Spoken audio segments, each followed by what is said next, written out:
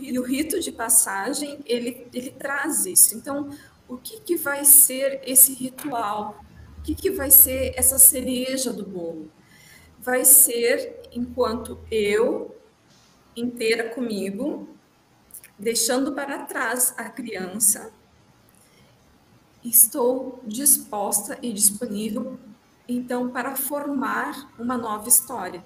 Existem vários rituais, né? Então, tem o ritual das velas, tem o ritual do vinho, tem o ritual das flores, tem o ritual também das alianças, né? Que quando a gente faz a âncora do cheiro, né?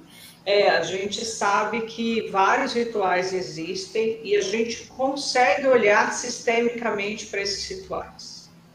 Eu acho que é esse grande olhar que nós temos com essa preparação do próprio treinamento em relação à celebração do casamento sistêmico. Então, quando chegam para mim, vão chegar para vocês com essa demanda, a gente, igual você falou, a gente não vai impor ou não, a gente só vai sugerir. Olha, pela visão, eu acho que aqui estaria rompendo uma lei, como a gente sabe do ritual do lava-pés, onde eu me agacho para lavar o pé. Se eu faço esse movimento no meu casamento, eu estou ficando pequena perante ao meu marido. Então, a gente precisa ter esse olhar.